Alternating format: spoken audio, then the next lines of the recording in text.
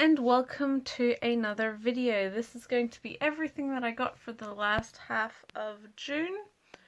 Quite a bit to get through, so I'm not going to spend too long on this intro, but I hope you guys all enjoy. Yeah, and I'll just get straight into it. Now first with my anime, I actually had quite a bit of spending I did a couple months ago now, that I didn't actually get the items till recently because I bought them through proxy and yada yada yada. But these were all things that were on Right Stuff. They're Sentai, just standard edition releases. And they're pretty much all shows that I enjoy in some capacity and either just put off not buying for a long time because I knew that it wouldn't be going out of print or anything anytime soon, or that I just waited on because I don't super adore it, but with the low price I finally commit to buying them. And the first of that is one that I knew I would be buying regardless. It's one that I've wanted for years and years and years. I just had never gotten around to it. And that is Kids on the Slope, Studio Mappa's first show that they ever did. And of course, even at the time was very well known for being another Watanabe and Yoko Kanno partnership after, you know, Cowboy Bebop, which is what they tried to push very much when this series first came out. But aside from that, this is a wonderful, wonderful, wonderful seinen series set in 1950s Japan, really focused on sort of the jazz era and the jazz movement within Japan, and two young boys or young men from sort of totally opposite backgrounds finding their place in the world through jazz. It's a very, very great series. Not really the sort of thing we get all the time, but even with this show, I really think it proved that Mappa was trying to push the boundaries a little bit, and they certainly did with this show.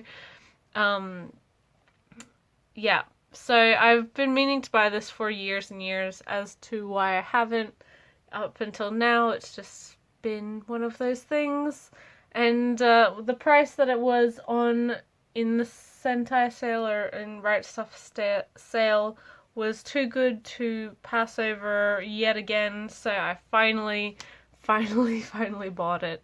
Next is a series that I don't super love, but that is Tamako Market. There are elements to this show that I really do adore and appreciate KyoAni for trying to do when this first came out, which was 2011, 2012, I can't really remember. But the show itself is very, very uneven. I think most people would agree that it's not really anything too special.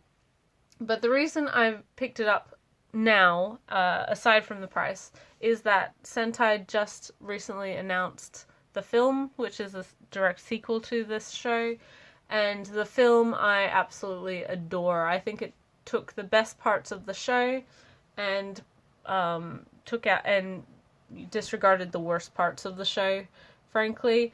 I'm not, like, I enjoy everything that I've seen from KyoAni, but I don't think they're like a untouchable studio. They've certainly had their flops in the past, and Tamako Market I think is probably one of their least successful series, especially considering it was just a original idea.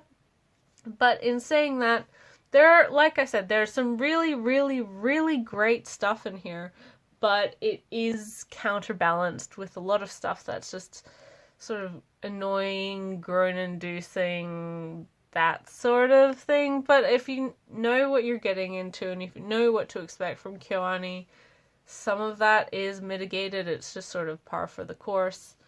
But yes, I was happy to get this for such a good price, and I'm really looking forward to the film. Another show that I don't adore, but is still quite enjoyable, and that is Another. This isn't really, I wouldn't call it a horror story or a horror show. I wouldn't call it terrifying. It is very suspenseful, and it's got a pretty compelling mystery element to it. It's also got a very genuine and endearing relationship between the main characters. But as like a horror series, it really doesn't fit into the same sort of horror that I would regard as true horror, like Shiki, or even the Higurashi series, which also has extreme violence to, you know, almost the point of absurdity, but handles it in a much better way than Another. Another has a lot of tension, a lot of crazy, over-the-top gore and violence, but it is much more, like, hilarious when it gets to the crazy, violent ending, grotesque ending. I wasn't ever truly scared with this series.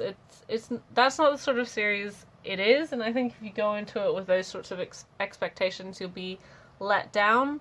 But as for just a fun, like, crazy, you know, sort of thrilling, supernatural-esque type mystery, it does it pretty well. And unlike a lot of series that like have no rewatch value, this does actually have quite a few visual clues if you wanted to rewatch it just to see what you missed. So you can still get things from it even after watching it multiple times. Another show that I knew I would be buying regardless of price or whatever, but I did finally pick up after too long, is Mysterious Girlfriend X, a series that I talk a lot about, both the anime and the manga. The anime was how I was introduced to the series, but once the manga was available on Crunchyroll's service, I read it through that. This is a marvelous,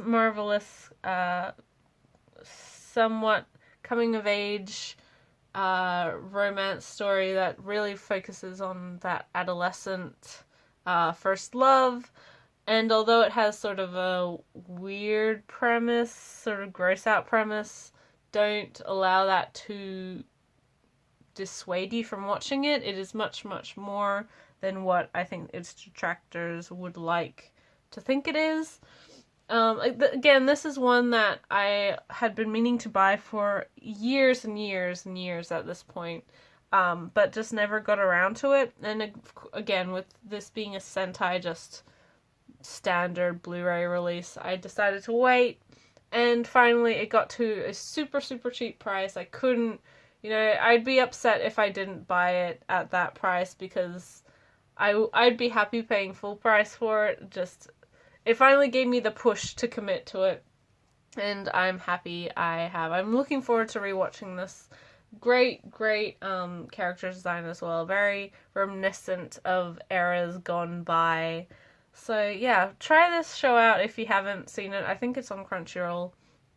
It's pretty great. Now, it's been absolutely years since I saw this show, not since it first came out, and that is Psychic Detective Yakumo.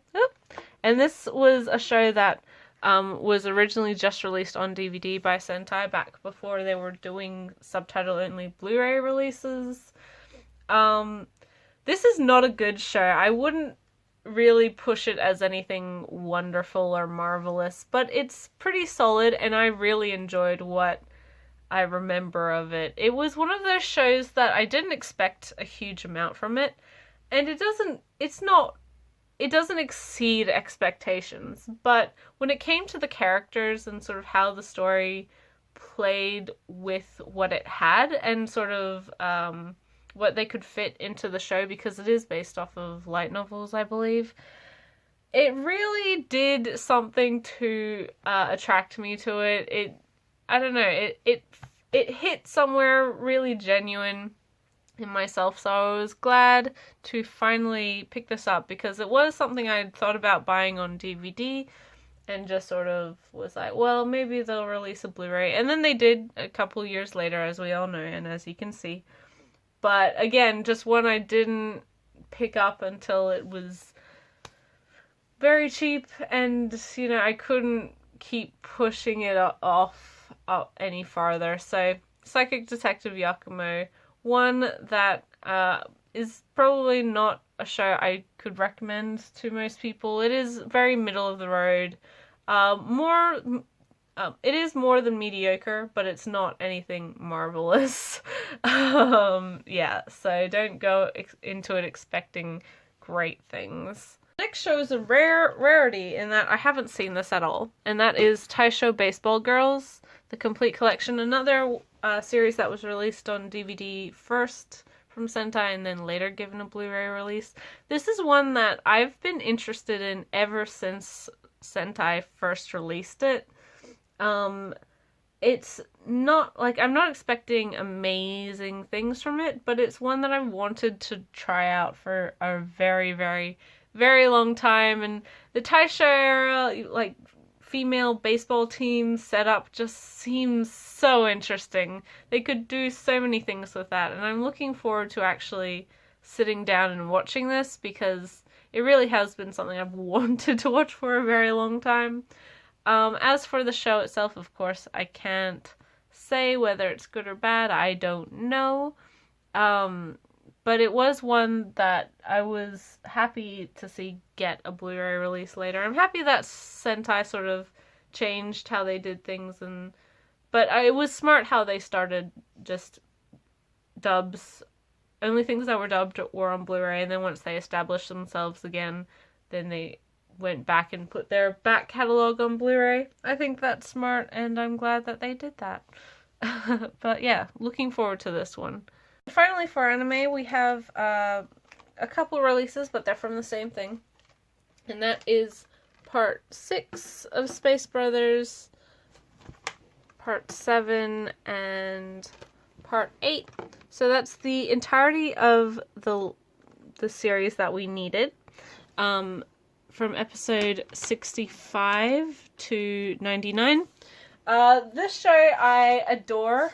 My sister and I watched it when it was coming out, but we only ever watched to episode 70, and then we fell behind, and then we never caught up, and then it's been like 5 years since that.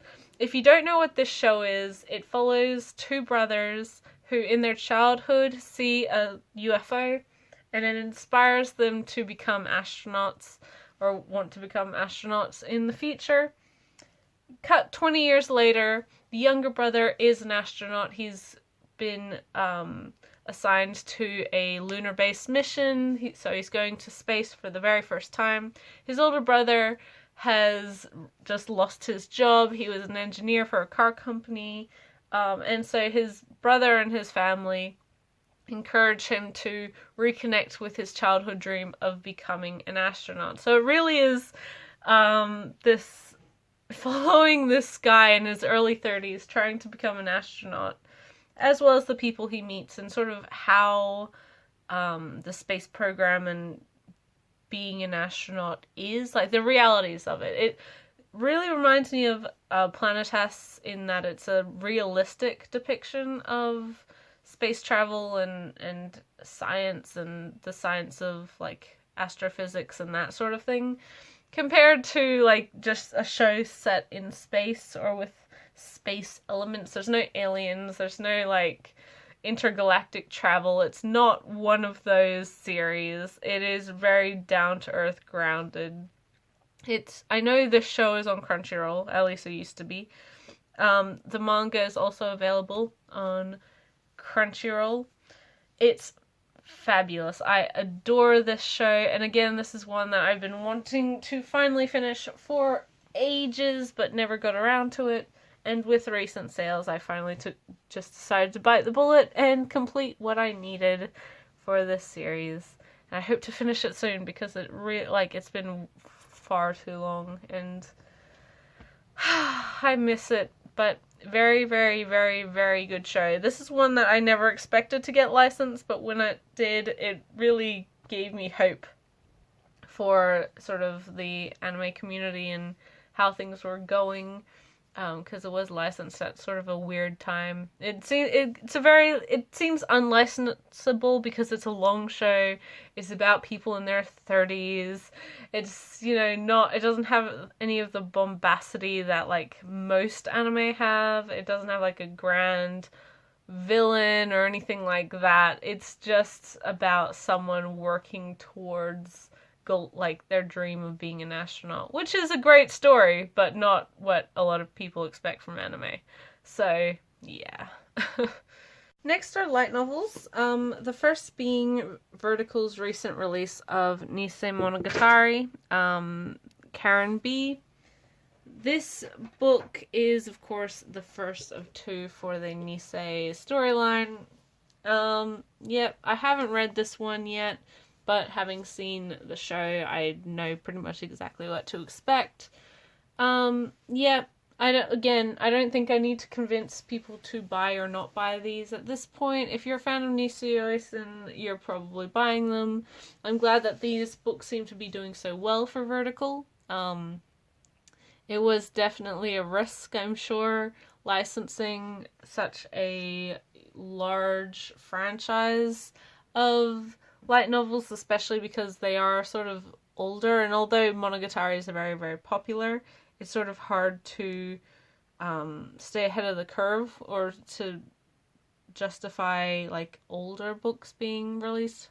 But yeah, I'm glad that it seems to be working out for them, and I'm sure this will be everything I expect it to be.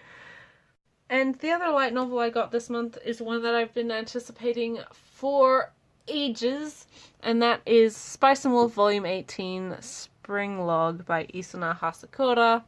And this book is technically, I mean, it's part of the main Spice and Wolf novels. It's a collection of short stories like several of the earlier volumes were, but this was definitely an afterthought, just tacked on for the 10-year anniversary. For a very long time, Volume 17 was the end of Spice and Wolf. This has recently, extended that to the 18th volume, and we do have the sequel light novels, which are, I think, only 2 volumes long.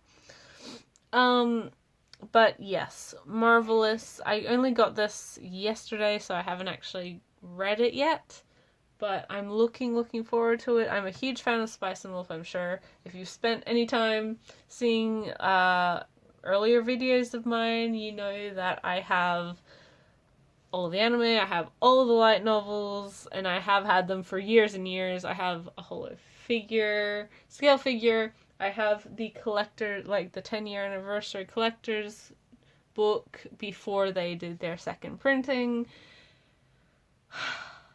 So yes, I'm a big Spice and Wolf fan, and I'm just so glad that we are finally getting more available in English and sort of within the universe as a whole.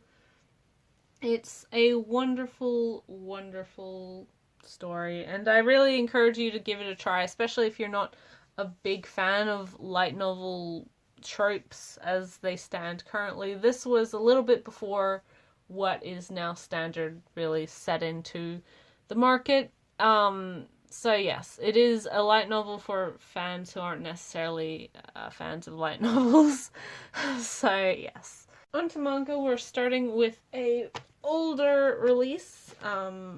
It's an older manga, but it's a more recent re-release, although it is a couple of years old now at this point, of a series I'm sure multiple people have already shown off and recommended, but that is Nosuka of the Valley of the Wind. Of the manga, of course, written and drawn by Hayao Miyazaki, the director of the film. If you don't know anything about this series, or if you haven't seen the film, it follows sort of a large, grand fantasy, far future story following Nosuka, who is really the princess of the Valley of the Wind, and how she helps humanity balance with the environmental issues of that future, because a whole bunch of stuff did. Humanity, like, civilization collapsed, and then the environment sort of fought back, and now humanity has to sort of live within these confines. It's a grand story. Watch the film. If you enjoyed the film and you wanted more, this manga will give you more, because the film really is only the first little bit. There's a lot more to it. This is a huge box. It of course contains all the parts, and it also has a double-sided poster in there. So Viz did a good job with this release. It's, again, one that I wanted for a very long time, just never got around to it, found it for a good price recently, and decided to finally jump on it. Yeah. It's Nazca. I don't know how else to encourage people to try it, but I do recommend it to fans of the film, especially if you are wanting more after the movie. It does certainly give you that. Then we have a probably very highly anticipated release, being Book 9 of Vinland Saga, Makoto Yukimura's ongoing Viking series, a series that I enjoy quite a bit. It is definitely more focused, and plot focused than Planetes, although I do enjoy both. This volume, which does collect volumes 17 and 18, incorporates another new character, which is a good thing. We're seeing more and more recurring female characters, which for this point in the story is definitely a plus, considering that it's been a bit of a boys' show up until now. Not that that's a bad thing, but it's nice to see Yukimura showing off how well he can write characters of all sorts. Yep, some great stuff in here. I don't really want to give anything away, but I'm sure plenty of people are buying this and have read it and are enjoying themselves. It's a very, very, very good series. I definitely recommend it if you're a fan of this sort of historical manga. The setting, I'm certain, is incredibly popular, so yeah, nothing really much more to say about that, aside from I'm glad that we're getting these releases, although they are quite slow. And yeah, I look forward to the next book, because there's a bit of a cliffhanger on this one. Then we have the last of Natsume Ono's single volume releases, La Quinta Camera, or The Fifth Room. This is probably, I think this was the first of her works to be published in Japan, although she does have a early works later publication, which the actual stories predate this one, but I think this is the first of her stuff that was published. Most of her stuff, most of these single volume releases and a lot of her series as well have been released by Viz. They do a good job. They always treat Ono very well with the larger signature sizes. And I'm glad to finally own all of these one-shots of Ono's. I hadn't read this one or Danza, but the other ones I had read previously. And so now with this, it means I only have to worry about House of Five Leaves, finishing that up, and then I can look forward to Aka 13, which is her most recent series that has been licensed, and I cannot wait to get my hands on that one, because I adore that series. Yeah, really nothing more to say about this. Like a lot of her sort of short story collections, it follows multiple characters, but with one larger overall setting that sort of ties them all together. Same thing in this, and you see it a lot in all of her other works. If you're a fan of Ono, you know exactly what you're getting into with this one, as per usual. Next is a book that's gotten a lot of very good press, and I was very, very curious and highly anticipating this book, and that is Seven Seas' release of Nagatakabe's My Lesbian Experience with Loneliness. which follows a 28-year-old woman in her sort of awakening into adulthood, not just in regards to her sexuality, but just living as a person as a whole. This is one that's somewhat hard to recommend because it does speak so frankly on issues like depression, self-harm, eating disorders, and those sorts of things. Kabi really just sort of talks about them with a very, very frankly. She's just recounting her own experiences, and she says in the end of the book that writing her own personal experiences she finds way, way easier than creating like a fictional world and characters, which I think a lot of people would be surprised at because usually that's the opposite. But it follows her attempt, or her realization and sort of dawning into adulthood, and then exploration into her sexuality, and also trying to connect with other people. And it's a fascinating read. It's definitely one I would encourage people to read, even if you're not necessarily like, it's not a Yuri title, quote unquote. It's much more like this very self-reflective, autobiographical manga, and you can see why it got so popular online, which is where it was first published on Pixiv.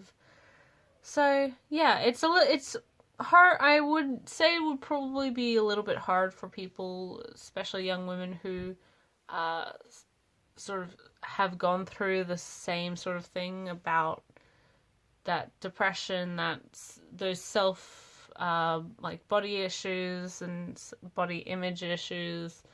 It's complicated stuff, and it hits a lot of people very close to home. So I can't like just say, oh, go out and buy this, and disregard how people's own lives and experiences work. But but don't be scared off, because it is definitely a very frank and very realistic, and just, that's what happened and that's my life and this is how I've come from that.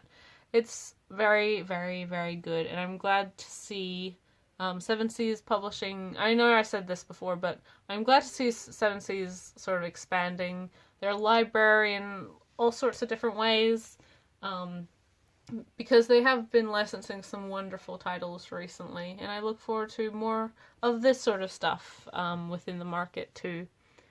Next are some older releases, a little bit sticky as you can probably hear, and that is the 3-volume release of Andromeda Stories by Vertical. This was this was illustrated by Keiko Takemiya, who also wrote and illustrated To Terra, a series that I really adore. This was not written by Takemiya, but it is her artwork. And this is another series of hers that, or with her input, that has really, really, like, it's probably one of her more well-known works. And I hadn't read it. I hadn't had the opportunity to read it, so I finally got myself some copies when I saw them for a good price. They are ex-library, so extrapolate from that. They're not in like super perfect condition, but they're still readable. I'm not complaining. Yeah, I'm sure you guys know that I have a very soft spot for 70s sci-fi shoujo, and Takemiya is definitely one of the more well-known mangaka in that regards in the West. And I'm glad that we have been getting, or we have had releases like this, which are quite influential, but aren't necessarily super, super mainstream. So, yeah, I'm looking forward to finishing this up, because I have read one half of this one, so I'm halfway through the story, and I look forward to the end. Then we have a Kodansha new release, and that is Land of the Lustrous by Haruko Ichikawa. which follows the lustrous, this like race or planet maybe of humanoid genderless space gems. If this is reminding you of Steven Universe, that I think most people make that comparison, including the back of the book. Although they are two very different things. We follow this character who is, as a gem, a lot more fragile and brittle compared to their peers, and so can't join in on the fighting. I believe there's conflict between this lustrous gem society and then humans or another alien race. So there's a battle over their planet or their land or whatever.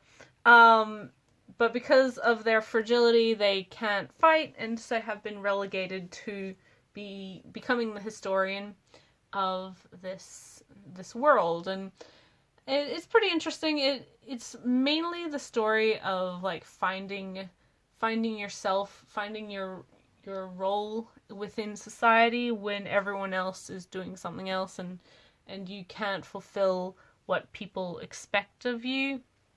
It's very interesting. I'm looking forward to reading more of this. And if you haven't flipped through this book or haven't had the opportunity and you don't really know much about it, this book really does, or this series has some very, very striking imagery. I love the art style for this. It's very evocative. As you can see, it's nothing like superbly like super detailed, but it doesn't need to be.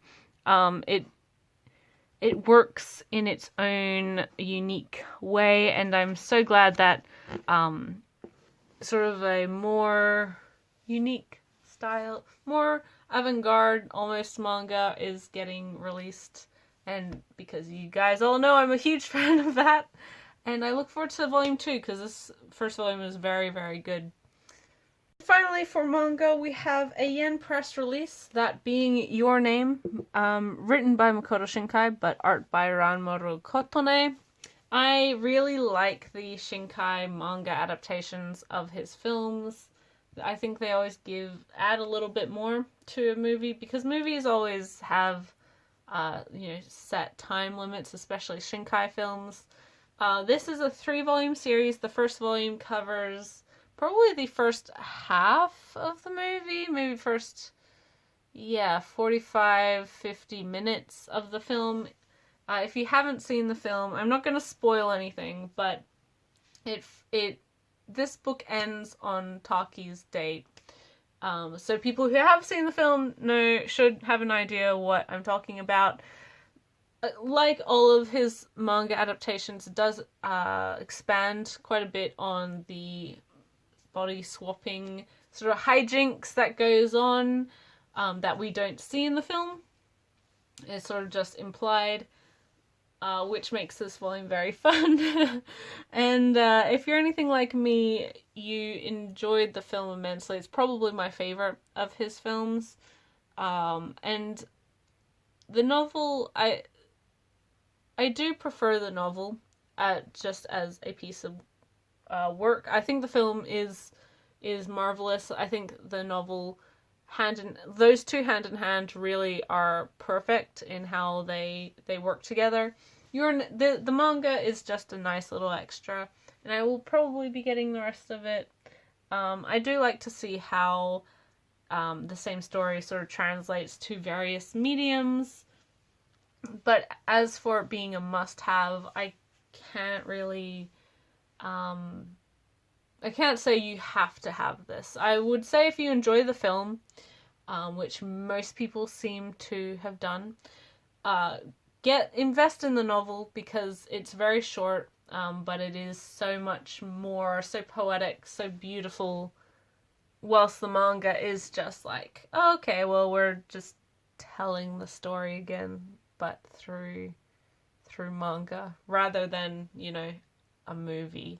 So, yeah, this is very different, but I did like that. That being said, I did like this. I don't regret buying it or reading it, although I may just pick up subsequent volumes digitally rather than buying the physical copies like this.